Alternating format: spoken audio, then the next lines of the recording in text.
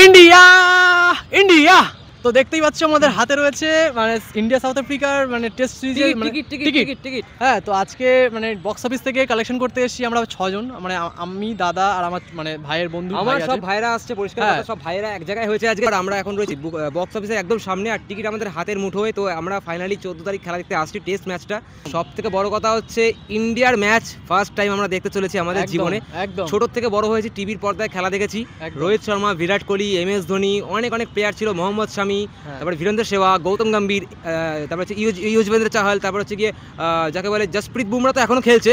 আর যে মেন যে প্লেয়ার, নাম কি জানো ওটার, 6টা 6 মেরেছিল রিঙ্কু সিং এর মতো, এই যে যুবরাজ সিং, রাইট।